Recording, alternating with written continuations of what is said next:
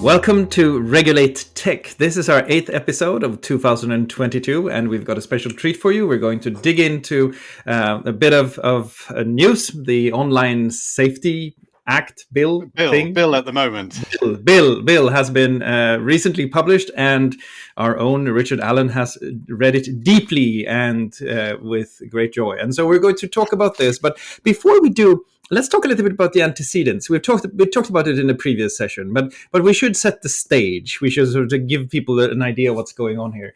So at some point in internet history, suddenly there was an urge to make a distinction between illegal content and content that was perfectly legal but harmful.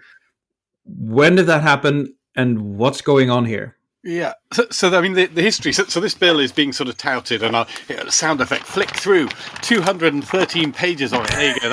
That's the noise of 213 pages. Yes. But this bill is being touted as kind of the world's first to do the thing that it's doing, and there's a kind of sort of yes or no answer to that. I think what's happened is there's been a sort of creeping sort of intrusion into the space of, essentially, I mean, what the bill does is it tells certain internet companies how to run their businesses in pretty sort of, comprehensive detail. It's going to tell them how to do that.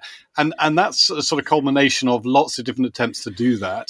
The starting point actually was, in the early days, we wanted to enable internet companies to grow. That was the ethos. And so you got regulations in the US and in Europe that essentially said, look, internet companies, in order to enable them to grow, we're essentially not going to make them liable for content. We're going to give them these exemptions from liability unless and until they're made aware of something illegal. So we were very comfortable saying, the internet platforms are not themselves responsible, except in the circumstances where they're told about something illegal.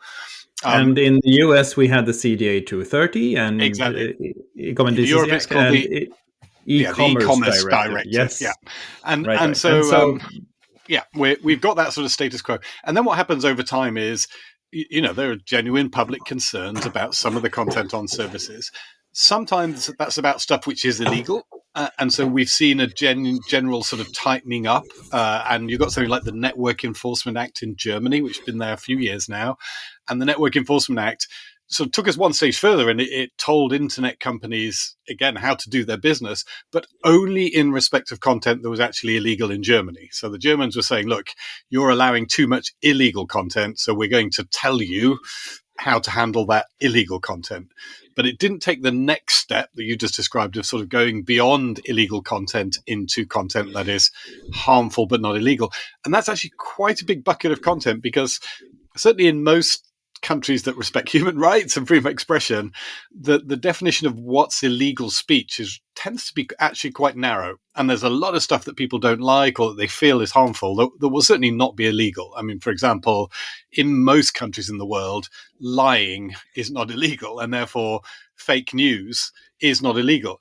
Again, interestingly, Singapore did bring in a bill which has got a very, very long name, which is all about proliferation of misinformation. And that bill, again, sought to tell internet companies how they have to handle fake news content. But that's on the basis that they have criminalized effectively the kind of speech that is fake news, whereas that speech wouldn't be criminalized in most countries in Europe. So you've ended up with, let's say, going from trying to give internet companies as much freedom as possible from liability through making them much, much more responsive and liable for illegal content, to where we get to today, where the Online Safety Bill does all of that and says, but we want to, to tell you how to run your businesses in respect of a broader range of content. And then the other critical shift that's happening is a shift from reactive to proactive. So that first model I described was essentially saying, look, this is what you've got to do when you're made aware of content. A lot of what the Online Safety Bill is doing is saying, look, never mind reacting to stuff. Here's a whole bunch of duties where you have to come to the regulator and you have to do all of these things and show the regulator that you're doing all of these things, risk assessments and having policies in place and all these sort of things, in a sense, as sort of preventive, proactive measures. So it's going beyond just thinking about how you react to the bad stuff, but how do you prevent the bad stuff in the first place? And a great big chunk of the bill is all about that. Yeah, and we should give people a few concepts here to help them navigate the literature on this. The model you first described is usually referred to as notice and takedown, Yes. or even notice and notice. When somebody tells you there's bad stuff, you tell the person to put the bad stuff up to take it down. So notice and notice, notice and takedown, and then there's this more diffuse area of monitoring, which not really notice, but is you have some duty of care now to look at this, and we'll come back to the concept of duty of care. And then there's the notion of upload filters, which has been hotly debated in, for example, the European Parliament, which says that not only should you monitor, you should actually make sure that nothing ever comes up on the website that could be the least bit, in this case, illegal. And that's sort of that's the spectrum of different regimes that you can expect here. But I want to come back to this because I want to wrap my mind around. So if we have the legal and illegal category, that seems pretty crisp and sort of a good way for a legislator to think about content. What is this notion of harmful but legal content? Wasn't that just made illegal by the bill? Well, so the bill tweaks some of the rules around what it's illegal for British people to communicate, and it does that in quite an interesting way. So at the moment, there are already existing regulations that say, if you communicate in a kind of horrible, harassing way online, if you communicate in a horrible, harassing way on the telephone originally, then the classic sort of dirty phone calls or heavy breathing phone calls that people used to have, that's been illegal for a long time. And then those rules were rolled over, so that if you tweeted something horrible, you could be prosecuted already in the UK under something called Section 127 of the Communications Act.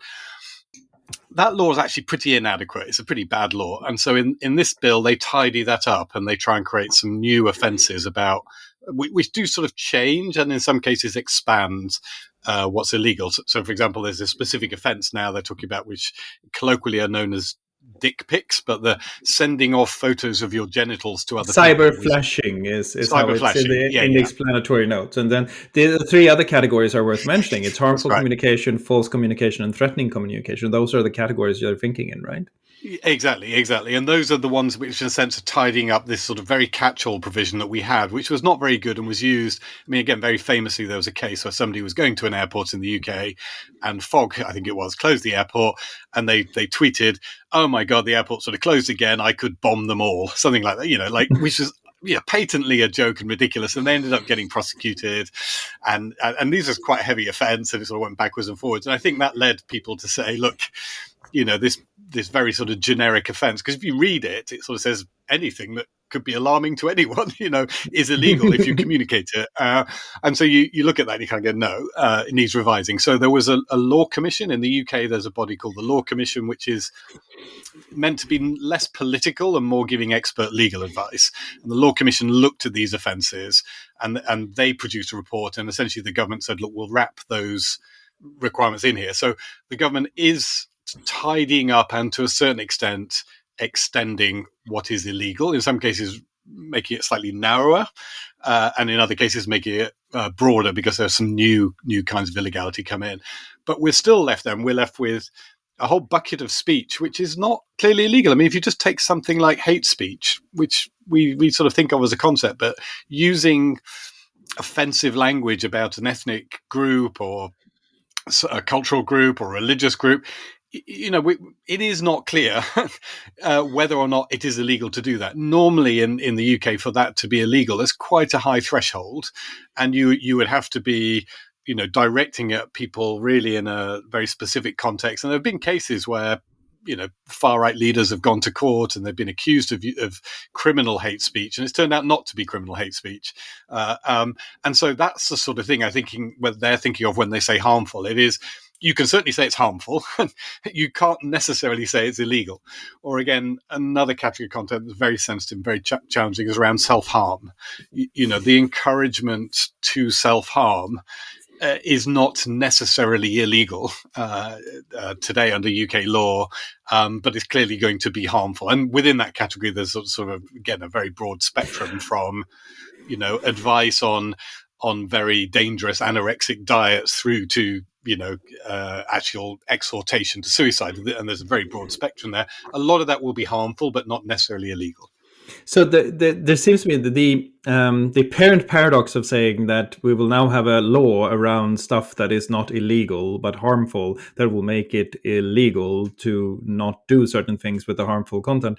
Is simply because what is happening here is that you're not stating the subjects clearly. Because in the first case, when we say it's harmful and not illegal, that's about the speaker.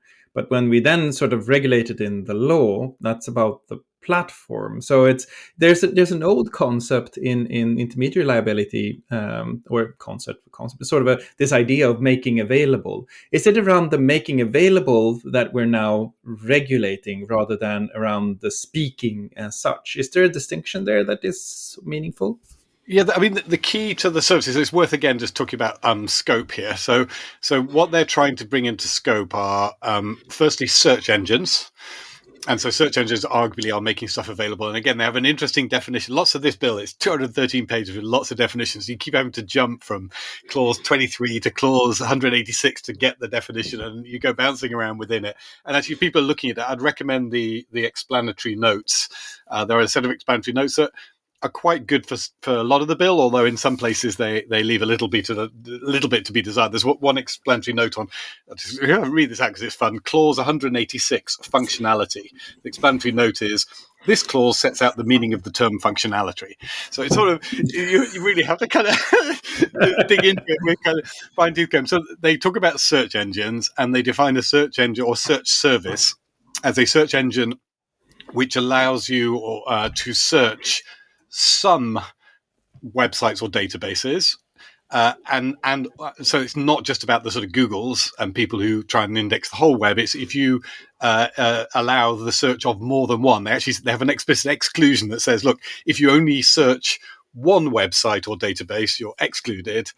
But if it's more than one, you're included. So they're saying anyone who offers a specialist search service would be in scope of the bill. But if you have a search box on your website, you're not. So if you haven't got that, then you're in scope. So search services that where you could go on there, type in a search term, and see content from multiple websites and or databases, they will be in scope. So that's a sort of discovery piece. That's interesting. So it sort of means then that the search box in, say, a video site that just draws on its own database would not be in scope for the search services as such. No. It wouldn't bring them in, but then they may end up being a combined service. There's a whole right. Yeah. No, just checking. But basically, no. I think what they're trying to do, if we just sort of step back, go to the high level, they are trying to exclude certain classes of service whilst capturing, mainstream services that users may go to either discover content or discover other people and right. engage with other people. So they want to exclude a single domain website and anything to do with that single domain website. If the website's publishing its own content and people comment under it, explicitly excluding that. So in other words, all the newspapers and all of the sort of broadcasters type websites will be excluded. They've said things like TripAdvisor, those kind of sites where they publish a directory of services, good services, and people can comment on those. Those are all outside of scope. The things that are inside are places where you can search multiple websites and places which they define as user-to-user services, deliberately not using a term like social media, so they want to future-proof it. But it basically is a place where users may encounter, which is a lovely word, they may encounter content that has been published by another user. And by using that definition, they're hoping to bring into play all of the social media services, but also things like private messaging services where you encounter potentially content from other users.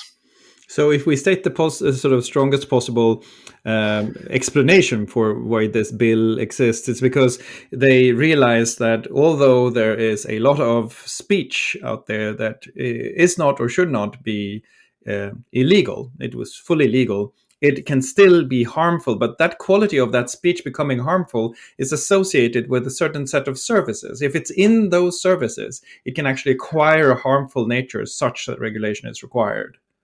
Is that right? I think it's partly that the harm is in the service, but partly their sort of working assumption is that otherwise it would be unregulated, and that there are other tools to deal with the harmful content in other services. So they're seeing it as a gap, and there are really sort of two primary motivations for this bill existing. Like, why is the government taking this on? This really sort of difficult job. They're taking it on partly because of, I think, it's performance and principle. So performance is that, they do not believe that the big internet services do a good enough job, and citizens come and complain to them. And so they believe that this legislation will increase the performance or improve the performance of services in dealing with the dangerous content, the harmful content. But there's also an in principle argument where they're saying, even if the services were really, really good at dealing with that, we don't want the Silicon Valley executives making these decisions. They should not have the power to make the decisions over things that affect British citizens. And so I think where they're looking at it, they're saying, look, when it comes to other channels or other kinds of service, we feel that we've already got a reasonable level of control over them. But these online services, we don't have enough control. So we are, through this legislation, very explicitly and very deliberately taking to ourselves the ability to order these companies to do certain things in order to keep people safe, both because we think it will make them safer, and because, just as a matter of principle, we think we are entitled, we should be able to give them these kind of orders and instructions. It shouldn't be a matter for them, it should be a matter for us, the British government, when we're talking about something that's so important to the British people. So let's just briefly talk about the genealogy of this bill. So if you were to trace the antecedents in UK law, you would trace them into, from what I understand what you're saying now, you would trace them into media law more than anything else. Is that right? That's right. I mean, it's really interesting. So the regulator that's going to be passed, so the mechanism is going to be that the politicians, the government, will give instruction initially through the bill, and then later through there are repeated moments where the government can give additional direction to a regulator called Ofcom. They are the Office of Communications. And they were set up as what they call a converged regulator, where they combine the regulating of the broadcasting sector, television and radio, with the regulation of the telecom sector. And that was done back in the early 2000s. And so they're explicitly sort of giving online services to that regulator. Interesting, at the time, when I was in Parliament and involved in the debate, we discussed whether this new regulator should regulate the internet, and it was decided no. Very explicitly, we're going to keep the internet out of scope for this communications regulator. Now that decision effectively is reversed. It's gone 180, and we're saying we expressly want them to be in scope. And so they are putting them in the family of broadcast regulators. Again, just as an interesting detail for those who follow this sector, online video sharing platforms like YouTube are already being regulated by the regulator Ofcom. Little known, it hasn't caused huge waves, but under a thing with a really boring name, the Audiovisual Media Services Directive, the European Union already created a framework, not as comprehensive or as detailed, but certainly has regulatory oversight of some aspects of video sharing services like YouTube and Vimeo and all of those. They already fall within scope of Ofcom. So they're sort of taking that model. They've tried it for broadcast regulators. They've tried it for video sharing platforms, and now they're going to roll a broad range of online services in there. Again, very interestingly, big glaring omission, newspapers and magazines. Exactly. Which in the UK, printed publications are not regulated. And actually, there's been a god almighty row for the last few years where, on the back of something called the Leveson Inquiry, where some newspapers did some very bad stuff, there's been a big push to try and coerce news publications effectively to join a regulator. But it's a highly contested area, and essentially print publications are still largely self-regulated. They can choose to join various kind of press monitoring councils and standards bodies, and they get some benefits for doing so.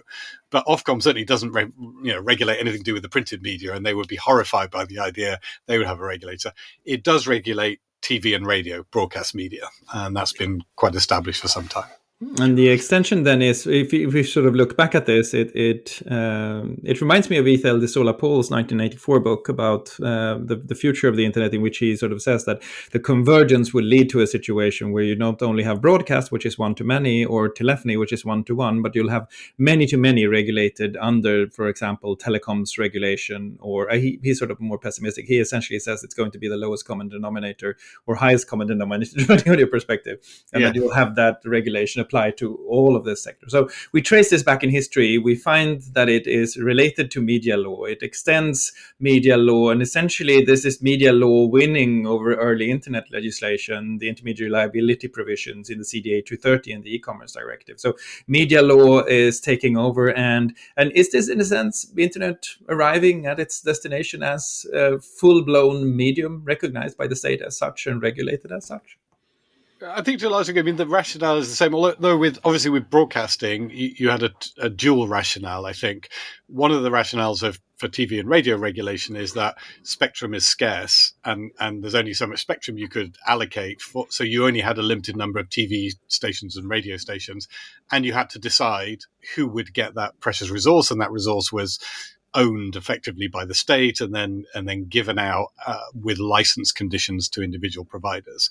So TV and radio, I think you had this spectrum issue and spectrum consideration, but there was also a very strong view that, look, TV and radio are important in society and the government should be able to dictate standards, and there are specific standards for public service broadcasters and news broadcasters and so on. Interestingly, in countries where there's a strong cable market, there was perhaps different kinds of regulation, or there was more permitted content on cable because you didn't have necessarily the same kind of space constraints as you do with radio spectrum. Then the internet comes along where there's no spectrum limitation. You can have as many services you like. There's no reason for an internet company to come to the government and apply for a license, and therefore no practical mechanism for the government effectively to set license conditions. But it is still seen as a powerful medium. And so that sort of medium power of the medium rationale, I think, is still there, and governments, generally like to control and manage the media because to varying degrees, because they do see it as important for society, and they do see it as part of their key role in protecting society and protecting society from harm. What we're essentially doing, though, is in a world where internet services have never had to get licensed, we're kind of creating a regime in which they are effectively doing that. They're going to have to come and act like a licensed TV or radio station if they want to offer their services to people in the UK. And again, we should just talk about scope for a minute. It's quite important to understand that the bill says, look, if you're offering services to people in the UK, and there will be some attempt to kind of define that more, and there'll be a set of guidance. I should step back once more again and say, look, we've got a framework bill. The interesting stuff is that they're going to publish thousands of pages of guidance on everything, and it's the guidance that's the secretary really of who is the action. Where is that going? Is it Hofcom, or who is publishing the thousands of pages? So it's tiered. So essentially, the Secretary of State will publish guidance for Ofcom, and then Ofcom will publish guidance for the regulated companies. And so there's a kind of tiering. And a lot of what we're going to debate as the legislation goes through Parliament is how that relationship, the extent to which Ofcom is free to produce its own guidance versus the Secretary of State directing it, with a general presumption that it's better for the technocrats in a regulator, independent regulator. I think it's a general presumption of people in the industry that they'd rather have the technocrats in the regulator sort of have a fairly free hand versus politicians, responsive to whatever crisis of the day is happening, dictating things. But in the legislation, it's kind of riddled with clauses where it sort of says, look, and when Ofcom publishes this kind of guidance, it needs to send it back to Parliament, and Parliament has a chance to object. There'll be other things where it sends it back to Parliament, and Parliament has a chance to actually review it and amend it. There'll be other instances where they want to send it back to Parliament, but the Secretary of State can intervene and go, no, I don't like it. You've got to rewrite it. And so there's all, again, that's a lot of these 213 pages, and a lot of the debate will be exactly how these command and control mechanisms work. But out of all of that machine will come a bunch of guidance. And one of the first critical pieces of guidance, well, there'll be two these sort of scoping questions. One will say, this is how exactly we are defining the search engines and the user-to-user services that are in scope. And a second piece of that will be, and this is how we're going to decide if you are directing your service at the UK, and therefore we think the legislation applies to you. Wherever you are in the world, we are claiming authority over you. And at that point, we're going to send you a letter, and the letter's going to say, you must give us some money. We'll get into that, the fees. You're going to have to pay a fee to be regulated. And here's all the duties that you're now going to have to follow as a condition of continuing to offer your service to people in the UK.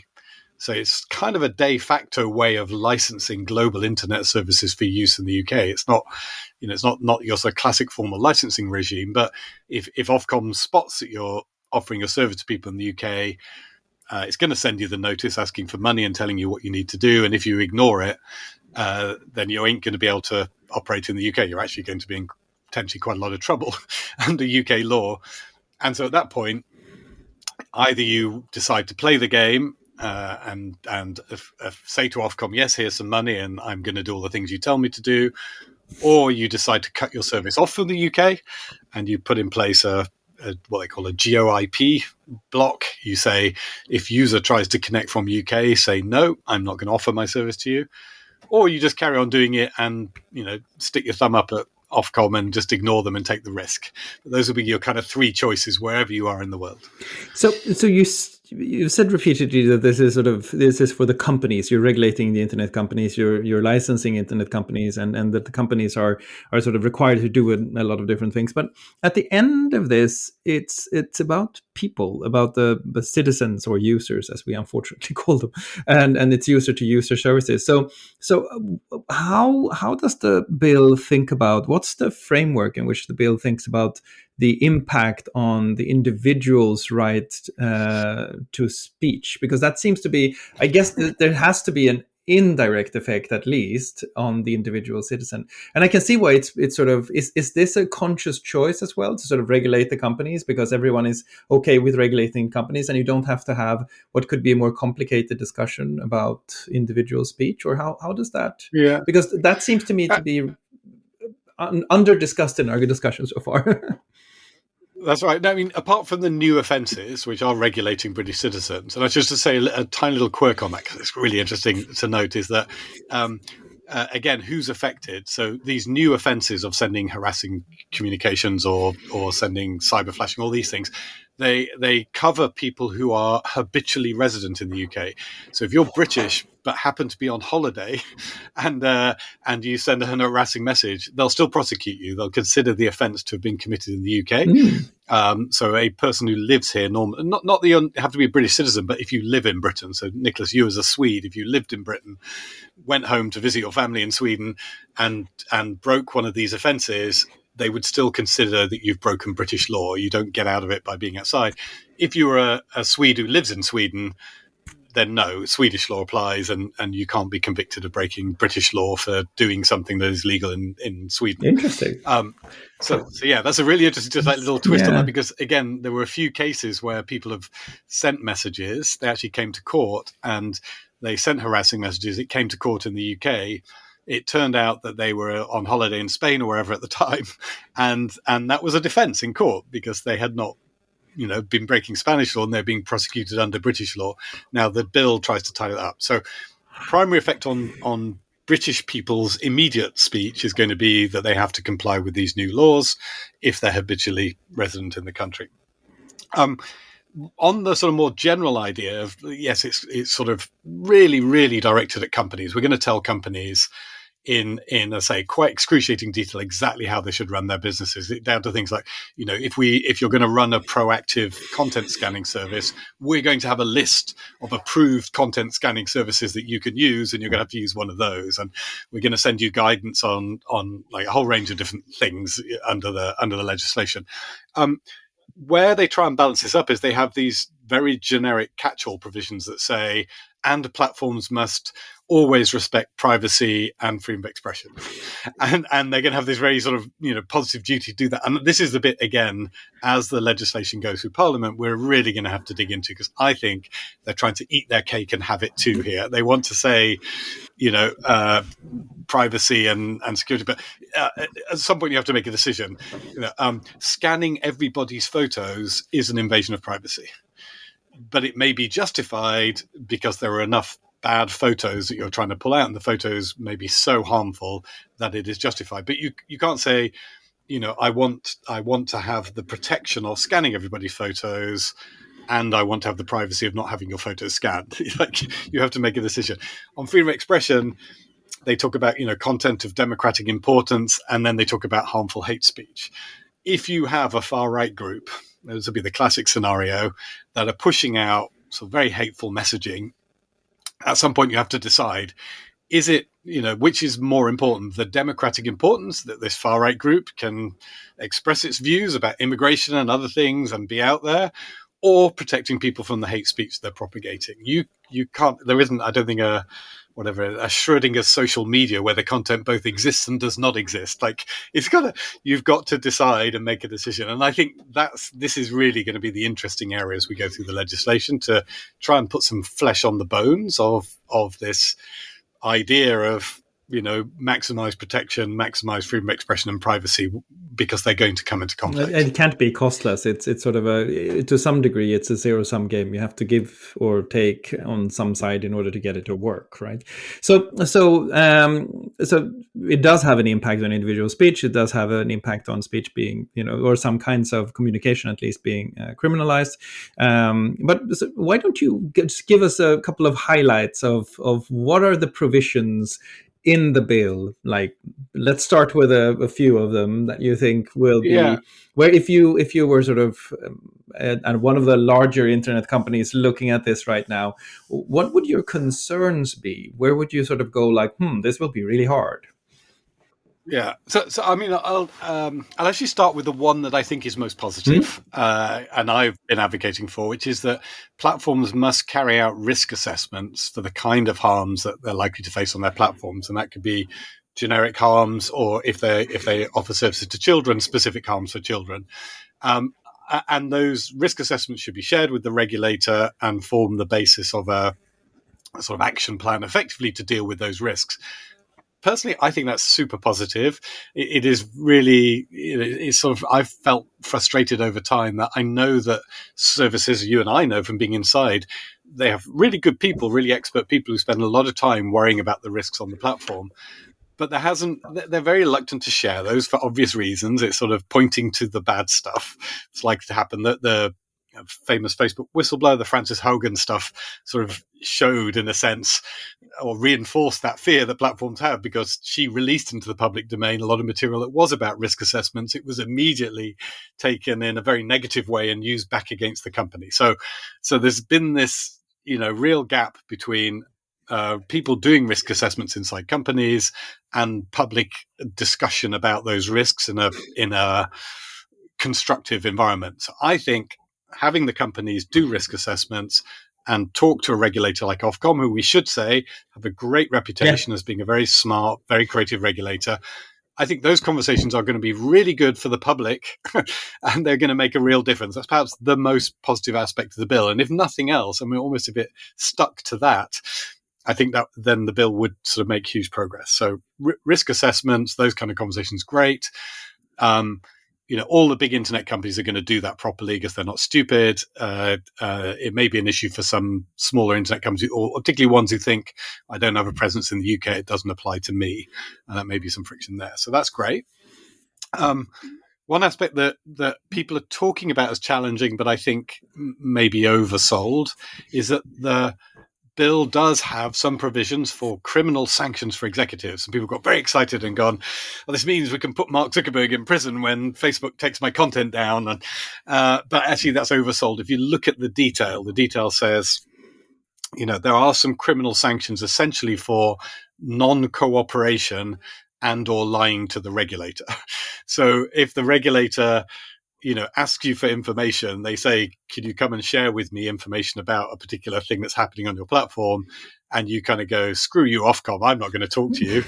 You might go to prison. Or if you go and talk to them and you lie and you give them completely false figures, you might go to prison. But again, I think it's extremely unlikely that any major internet platform is going to say, screw you, Ofcom, and or deliberately lie to them. And it would be a test that you actually have to intended to lie to them, as opposed to you got a number wrong because of a typo. So, but for that criminal standard, to put yourself under those sanctions, you have to, I think, be pretty reckless as to your reputation, and I don't think any of the big companies. And on criminal sanctions, is there also fines attached to non-compliance? So there on those sort of what they call the information offences. That's the non-cooperation, lying offences. It could be a fine or a jail sentence. Because those are properly criminal. So I think that's extremely unlikely for any major company. And I've already seen some complaints that the companies are lawyering up. Well, of course they're going to get lawyers in place to help them deal with the new law. So of course they're going to get lawyers, and their lawyers are going to make sure that they as you and I will have experienced, if the Ofcom say there's a 21-day deadline for supplying something, they'll make sure that you absolutely get this stuff right, because you don't like that. Now, there's a second up signals compliance rather than anything else. So that should it's a really weird thing. Yeah, I agree. Yeah. Anyway, I was just saying, but on the sort of civil penalties, there are large fines. The ones we're getting used to now of percentages of global turnover, all the stuff we see under GDPR and things. Those are really when you failed to do the things that you said you would do. So Ofcom can say, give me the information, let me in your premises.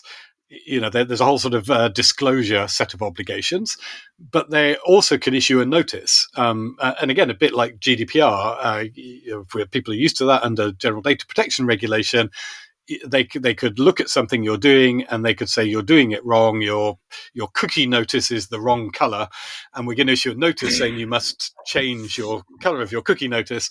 And if you don't do that, you can get fined. But there's a whole process that's set out. First, they have to investigate. They have to find that you're doing something wrong. Then they have to issue a notice explaining what you're doing wrong and telling you to correct it. And then at the end of all of that process, if you've done things wrong, you may end up sort of getting an administrative civil penalty.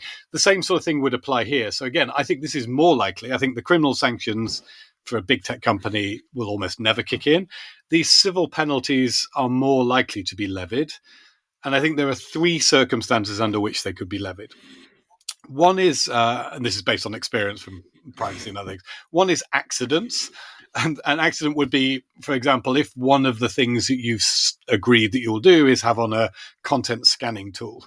And excuse me, one day one of your engineers updates some piece of software and the content scanning tool breaks and it's turned off for 3 months and nobody knows. And 3 months later you go, content scanning tool has been broken, and maybe because the regulator has had a complaint and they found it's broken. Well, you were in breach of the commitments you made. It wasn't deliberate or malicious, but you were in breach, and therefore it would be perfectly reasonable for the regulator to fine you because you've done that, but that's accidental. I think the second one is where there's a difference in interpretation. And so again, the way this is going to work is the regulator is going to issue lots of guidance to companies. In most cases, they don't have to follow the guidance, but if they do follow the guidance, they should be clear of any penalties. They could choose to do it an alternative way, but generally speaking, I think the expectation is you'll get given the guidance and it'll say, this is how you should do content scanning for bad stuff, and you'll follow the guidance, and if you've done that correctly, you'll be in the clear. But sometimes there may be a misunderstanding between the two parties, where the company thinks if they do it, using one particular method, they're fine. The regulator actually says, no, when we wrote the guidance, we intended you to do something different. And again, that's quite possible. I think quite likely that there'll be these differences of interpretation from time to time between the companies and the regulator over what the guidance means. The process of agreeing the guidance is supposed to tease that out, but it doesn't always, and it can be quite complex. So that's the second bucket, where difference in interpretation. And then the third is sort of more defiance. It's where the regulator asks the company to do something that they think is stupid, counterproductive, harmful. again, I think unlikely that Ofcom will do that, but you can imagine circumstances, particularly where there's a sort of political direction where the politicians are directing Ofcom to do something and the Ofcom then directs the companies to do something, where it may be seen as actually excessive or outside the scope of the legislation. And there the company will be saying, no, I'm not going to do it, fine me, and then I will challenge that process. But I'm explicitly disagreeing with you in terms of something you've ordered me to do. And then, as I say, there is a process that's all set out in the law for how the company would challenge that and how you would go to different tribunals in order to do that. But again, it may be that a fine has been levied, and the way that this gets resolved is that there's a legal challenge to that. And then either the tribunal will find in favour of Ofcom, or the tribunal will find in favour of the company and say Ofcom exceeded its powers or asked you to do something unreasonable or unlawful. Okay, so those are the mechanisms, but those fines, I think, are reasonably likely. Yeah. So let's try to see if we can make this a little bit concrete. Assume for the second that the online safety bill had been in power for the last 10 years. Where would we have seen significant difference in how certain issues that were the issue of the day, or cases or discussions, would have panned out differently? What would have been different if the online safety bill had been in place from 2008? What would have been different in the evolution of the internet overall and in specific cases, do you think? It's a hard question, admittedly, but I'm curious if we can tease this out. Yeah, so I certainly think, well, I don't think that the content standards on paper would be fundamentally different, because actually, again, there's this great myth that we should just keep busting, that the large internet platforms operate under American First Amendment rules, and they don't. They're all of the content standards of the YouTubes and the Facebooks and things are much, much, much more restrictive than US law would allow for, and I think are pretty consistent with what they're going to be expected to do under the online safety bill. So I think the directions and the instructions that are given, at least in terms of what the content standards are, will be pretty similar for the big platforms. Where they'll be very different are the smaller platforms. And although, services like Reddit are now sort of heading towards, I think, a more mainstream position, historically, they were way out there. Twitter, was way out there, positioning itself as the free speech wing of the free speech party. And so I do think that if this had been the case, I think a lot of internet services would not have felt comfortable being offered in the UK. So I think we still would have seen the mainstream Googles, Facebooks, Twitters, TikToks, etc. would all be present in the UK. But I think a lot of smaller internet platforms just wouldn't have set up there. They would, A, have not wanted to submit themselves to UK regulator. They'd say, why am I doing that? And B, in many cases, they would have had standards that would be more permissive. They would have objected to things like content scanning, and therefore I think they would have chosen to stay out. So we'd had a smaller, more concentrated internet market, I think, as a result. So that's one piece of it.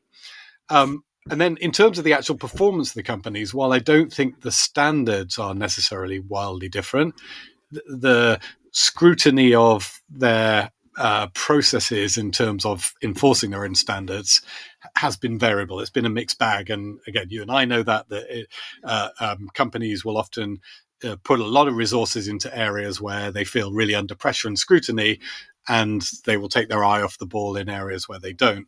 So I think if the bill had been in force, the UK enforcement of those community standards would have been more robust. The companies would have put more resources in, because they would have known that they would have faced fines if they hadn't done so.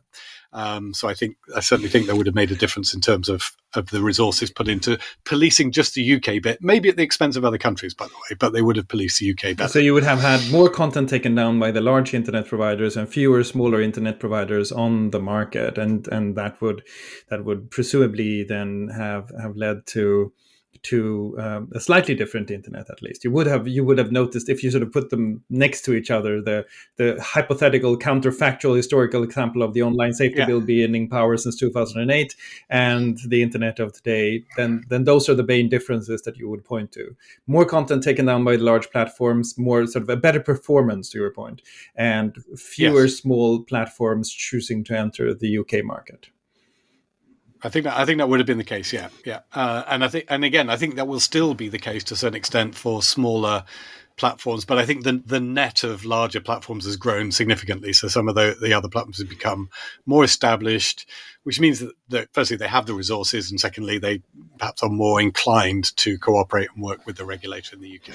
But those would have been key structural differences. So one argument when this kind of legislation was discussed early on in internet policy was that yes, you can sort of talk about taking down the illegal content, or you can even talk about taking down content that is in some way in conflict with the content standards, and those content standards can be set in different ways.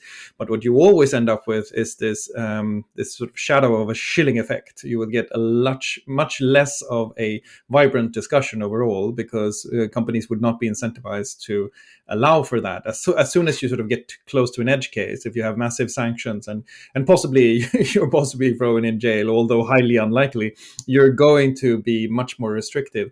Do you think that another difference between the two, if you look at the counterfactual, would be that the sort of set of content that could have been allowed even under the law, but just presented unnecessary risk, would also have been removed? Is that another effect you would expect? Yeah.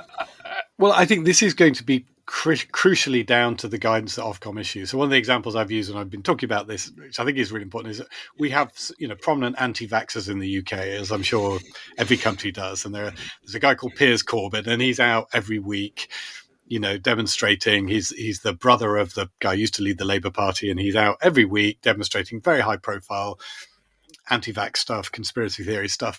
And so one of the questions I have is, look, in terms of this legislation, the guidance, is the guidance going to sort of steer companies towards removing that kind of content, or that kind of, not give that kind of individual a platform? Because I don't have any doubt that their content could be classed as harmful.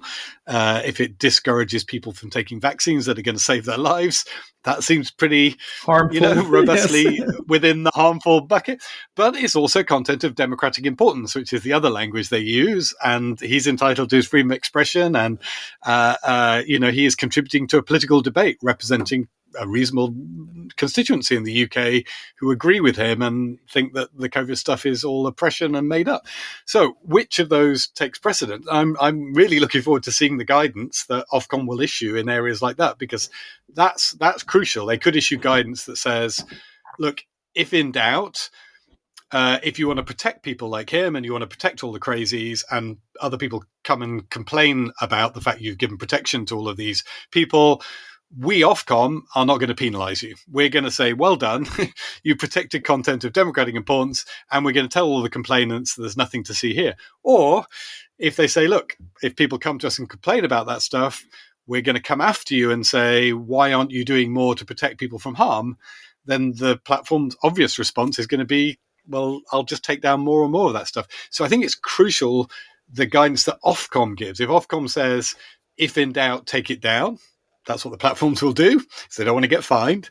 If Ofcom says, if in doubt, leave it up, then they're going to, well, at least have the choice. They're going to be much more inclined to leave it up. But we need that really clear guidance. And again, through the process of debate in Parliament over the next few months, that's one of the things we've got to challenge the ministers on, because the ministers will also be giving their direction to Ofcom. Mm-hmm. So we need to know are the ministers saying to Ofcom, if in doubt, leave it up, and then Ofcom will produce guidance that says, if in doubt, leave it up? Or is it going to be the reverse? And we need to know. And at the moment, we're sort of getting both. We love democracy and freedom of expression. We hate harmful content. But we're not getting the two being reconciled using very specific crunchy examples. So the size of the chilling effect comes down to the guidance that Ofcom gives, and also, I suspect, the enforcement that Ofcom engages in. So you could argue that one thing that would be desirable, actually, is to get a lot of early enforcement, so you get clear, strong signals from Ofcom in terms of how they're going to apply this particular bill, rather than just issuing enormous amounts of guidance that will have to be read defensively and carefully and sort of in a risk-averse way. It would almost be better for them to issue a little bit of guidance and then engage a little bit in enforcement, so you can deduce for yourself how much of a chilling effect you should suffer, or you should absorb, or should take on, right? Yeah, I think one of the challenges we may see is that, and again, we had a little bit of this with data protection regulation. That these are intended as preventive tools. So your ideal outcome actually is that nobody ever gets fined or prosecuted. Your ideal outcome from a public point of view is, Ofcom sends all these information notices out, and everybody responds truthfully and willingly and speedily. And then Ofcom issues guidance, and everybody signs up and produces their risk assessments and shows how they're complying with the guidance, and everybody is safer, and because everyone's following the rules. That's actually by far the preferred outcome. I genuinely think for the large companies, we're likely to be close to that because, I say, they're all ready for it. It's not in the same way they were quite ready for GDPR. They were already changed a lot of their privacy practices and things to get ready. So I think they're ready for it, and I think they're not going to want to take the risk. Where we may see enforcement action, which will be helpful, is I think we'll see a lot around the definitions, people trying to say they're outside of scope when they're in scope. And I think we'll see it against, in particular, sort of smaller entities based outside the UK who want to challenge, don't believe this should apply to them. I think it's a lot less likely for the big providers, other than, I say, this category of kind of accidental or failure to comply and or conflict of interpretation. I think we're very unlikely at least to see deliberate non-compliance for some period of time. It's more likely to be in these accidental or misinterpretation kind of categories that we see some effect. But you're right, that will help us to do that. And actually the enforcement against smaller companies will still help us to understand things. Again, in the messaging space, there's a bunch of different messaging providers, some of which are quite big, but based outside the UK, don't have any footprint in the UK. You have to think those might be primary targets for an enforcement action, which will then, be read across to everybody in the sector. But those are the sort of things I think where it'll take a year or two for us really to understand what it means through those actions. I think you're right. Okay, so let's switch perspective 2 seconds. So we've talked about there's a ton of guidance coming, and the content of the bill is sort of in the guidance to a large degree. You're going to have to see the guidance in order to understand exactly how it is applied. If you're looking at this and you for a second want to sort of take a critical attitude, you say this is not enough, we need more. Where are the points where you think the safety maximalists, to sort of think about people who really want to maximize safety over freedom of speech, for example, where would they see this bill falling short? Yeah, I think they might want, this question of criminal prosecutions, they might want to make people criminally liable. So the kind of situation I described where they've turned off the content filter, for example, that there will be criminal liability associated with some of those things. So some of that non-compliance with the guidance, whereas at the moment that's not. It's not that you're going to be going after individual executives, that you're going to be going after them much more, or you're more likely to be going after them for their failure to cooperate and failure to provide information offences. So I think a safety maximalist might want to toughen that up. They might want to make the guidance mandatory, which is not at the moment. The guidance is just that. And I say in court, complying with the guidance gives you a defence. But if you haven't complied with the guidance, you can put up a different system and defend yourself based on that. There's a sort of difference in obligations between the biggest providers and the smaller ones. So there will be, I think, quite a lot of debate around where those thresholds are set. Again, it's not defined yet. There are powers to set those thresholds.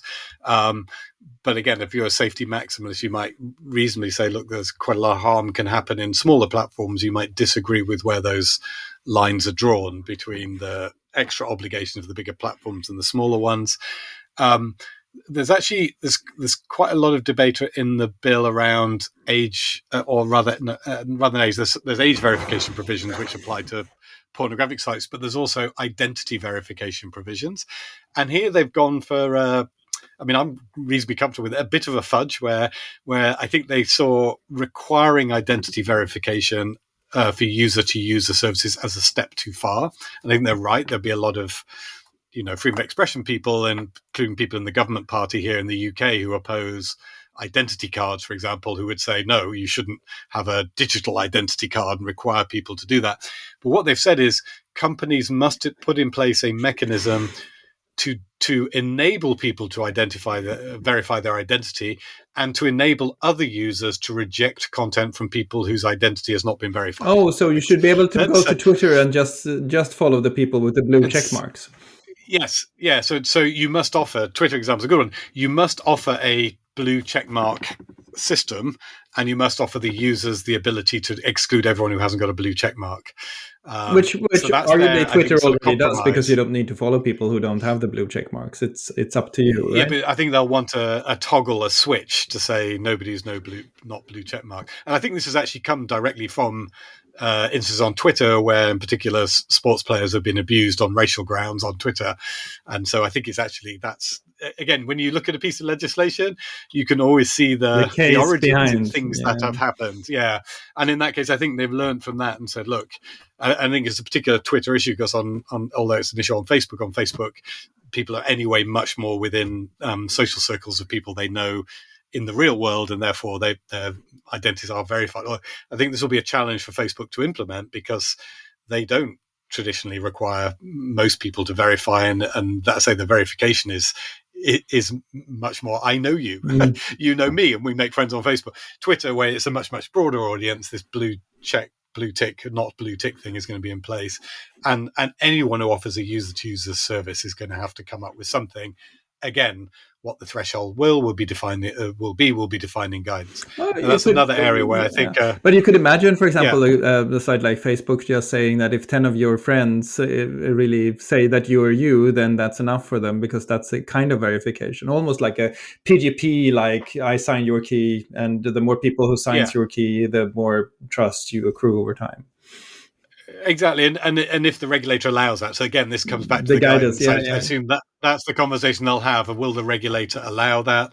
What will the regulator require? I don't know what Twitter does for its blue ticks. I don't know how they set the threshold, but now they'll have to have a conversation with the regulator about what that threshold is for you to get a blue tick, and so there'll be a detailed conversation. But again, your safety maximalists might still take the position that no, you should not be allowed on social media or on a user-to-user service without identity verification. Right. That could be an area that they go for.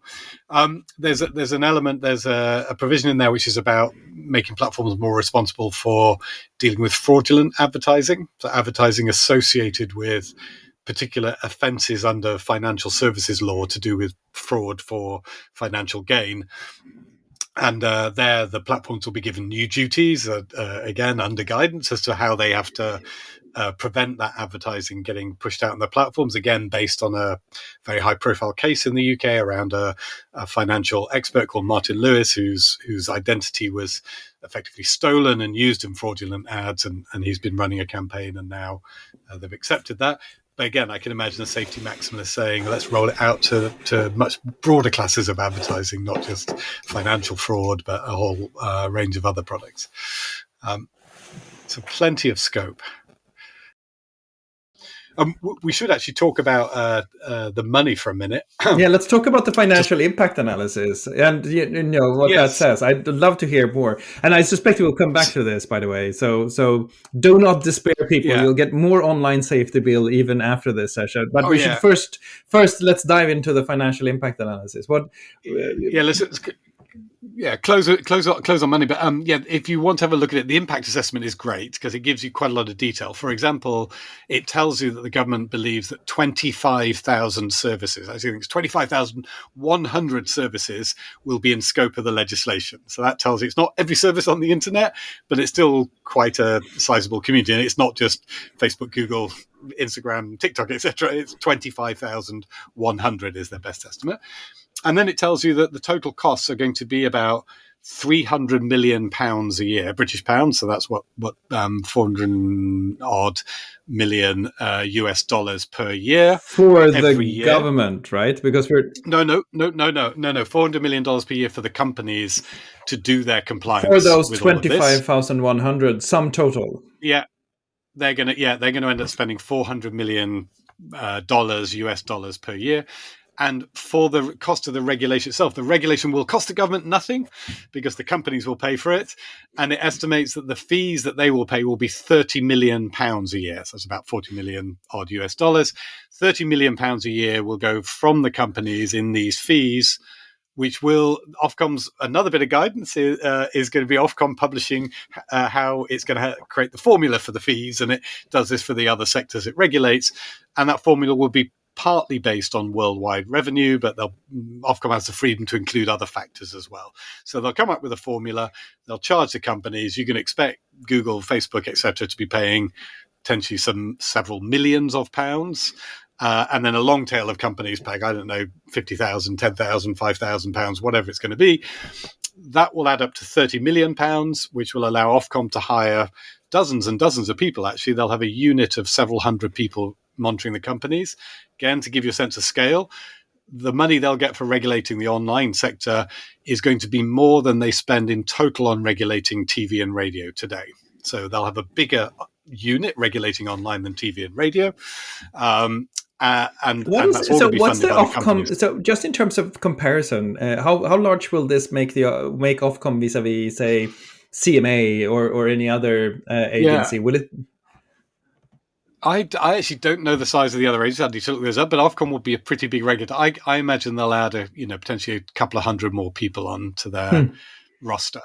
But their general principle, apart from they do some competition functions which are paid for by the state, but nearly all of their functions are paid for in this way, that the telecoms companies pay for their regulation, the broadcasters pay for theirs, and so on. And now the internet sector is going to pay for theirs.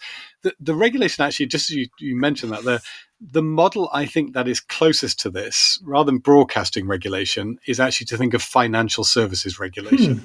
So I think that's much closer, where banks and people are required to put in place a whole bunch of systems for probity, for anti-money laundering, all of these things. And the financial services regulator essentially tells the banks, issues guidance to the banks, telling them how they have to do all the things to keep money safe and what reserves they need to have. It's quite an intrusive form of regulation, telling them how to run their businesses if they want to be compliant. And I actually think that is the model. If we want to have a comparator, it's much more like the financial services model. And I say they tend again to be cost neutral. We are going to give you guidance telling you how to run a safe bank. We're going to give you guidance telling you how to run a safe internet service. You're going to pay us to produce that guidance and to police it. And you are going to incur significant costs purely as a function of complying with our regulation, independently of anything else you do. That's the other 270 million. So 30 million in direct costs to Ofcom per year for these companies. Another 270 million, a big chunk of that is things like they're saying you'll have to have enhanced user operations staff doing more takedowns or assessing more content or running appeals or producing impact assessments or producing risk assessments. All of that stuff you're going to have that you otherwise wouldn't have had. That's so interesting, because you could arguably then, if that's the comparison, and I think you're right, I think it's the ex ante regulation that you find in financial services that is the most interesting guide to have at in the back of your mind when you're thinking about how this will actually play out. Then you should be able to at some point calculate the sort of what's the cost of regulation in different sectors per dollar earned, how much do you actually pay in regulatory costs, and then compare banks, internet companies, telcos, broadcasters, and get a sense of where is regulation the most expensive and where is it cheapest. That's a really interesting question. It would be a good comparison. And then just a note on the costs again, while no one's going to cry over a big internet company paying several $1 million a year for its regulation. If the costs are right, and out of that 300 million, I don't know, a large platform is maybe incurring 50 million of costs. That's the cost to the regulator of 3 or 4 million, and then a whole bunch of other costs about their compliance costs. That 50 million, say, times 100 countries, if 100 countries bring in similar regulation, it starts to add up, starts to get like serious money. Again, I don't think anyone's going to cry for them. They're going to say that's a real cost of doing business, but that is going to change things in the market. You're potentially going to end up with companies having to pay several £billion a year for these regulatory regimes when you factor in the licensing cost and the compliance costs. It also cement the market somewhat, because then ending up in this category that pays the most would be really expensive. So it caps growth for some other companies, and you end up in this situation because you end up in a situation where you would expect to see the same market structure that you see in the financial services business, for example. Yeah. Or I think the other comparator that we talked about before is pharma, where there's also a ton of ex-ante approvals of different things. It's not so much approvals here, though. It's more process-oriented. I think you're right. It's more around, I want to see you have the processes for AML or counterterrorism financing processes. You're right. It's very much like that. You'll do that. Yeah. And again, on the market structure, again, it's not to overstay, because they're clearly intending it to be tiered, so the biggest companies pay the most. But I think one potential unintended consequence, once a number of countries bring out laws like this, which is sort of expected, the EU has its Digital Services Act sort of in the pipeline, and there's a lot of interest from other countries like Australia and others. It's just when you're setting up a global internet service, even if each of these regulators only wants £10,000 off you and for you to do a few things, if you've got to do that 100 times and you're a small startup, 100 times 10,000 is £1 million, if I get that right. And so suddenly £1 million a year plus a lot of fiddly stuff to do to operate in 100 markets. Maybe you say, look, I'll just operate in the 5 biggest and most lucrative. I'm going to pay £50,000 a year and forget the others. So that's the other thing. I think we just need to think that through over time. I don't think that's the intention, but you can clearly see an unintended consequence if they were to very aggressively enforce against companies when they're only just starting in a market, and they get their first few users, and then they get a letter saying £10,000 and quite a lot of your time.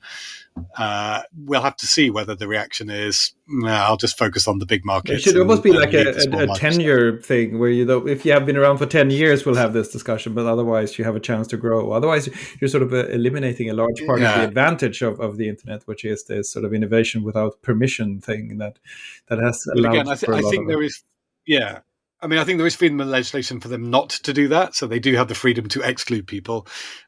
So again, that's all going to be a matter for debate. Like, where are they going to set the thresholds? I'm sure maybe someone in the debate will raise that question about the small internet companies. That sounds like a very good thing to do. So I think you should make you a sound effect again. I really like the sound effect. That's what more than 250 pages of online safety bills sounds like. And you've just heard the first of what I suspect is many conversations on this. We'll come back to it.